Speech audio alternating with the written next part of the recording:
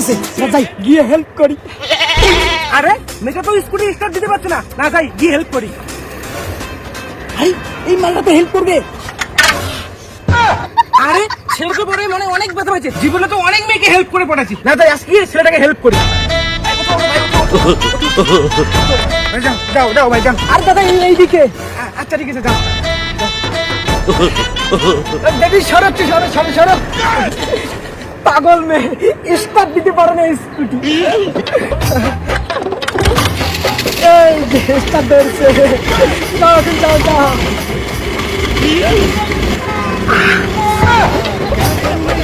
তুমি তো আমাকে হেল্প করলে, চলো আমিও তোমাকে একটু হেল্প করি। তুমি এখানে বসো, আমি তোমাকে একটু এগিয়ে দিয়ে আসি। আরে লাগবে না, যাও যাও যাও। তুমি তোমার ভাঙা পা দিয়ে আমাকে হেল্প করলে, আর আমি তোমাকে হেল্প করবো না? চলো। আচ্ছা চলো, এত করে যখন বললে চলো।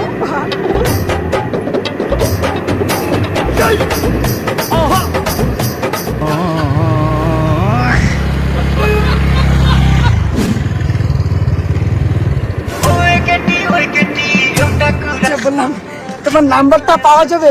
নাম্বার তো পাওয়া যাবে, কিন্তু তুমি যদি আমার ফোনে রিচার্জ করে দাও তাহলে আমি তোমাকে নাম্বার দিতে পারি। মাত্র 300 টাকা। আচ্ছা হ্যাঁ রিচার্জ করে দেবো, এখনই করে দিচ্ছি। তোমার নাম্বার দাও। 9933। রিচার্জ হয়ে গেছে।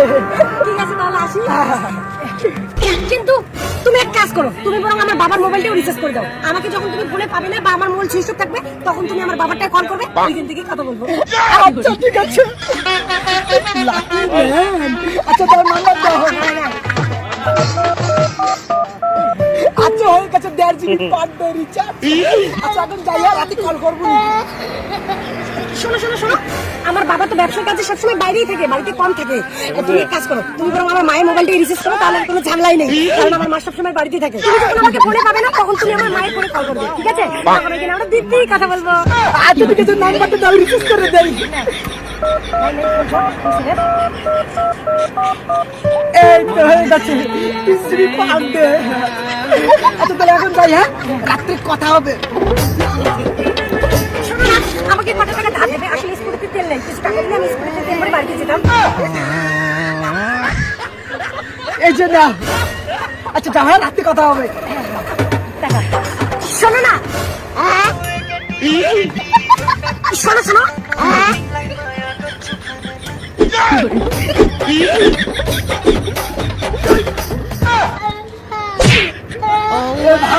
মেয়েটাকে পটাইলাম, তুই তো ঘন্টাও পয়টাতে পারলি না।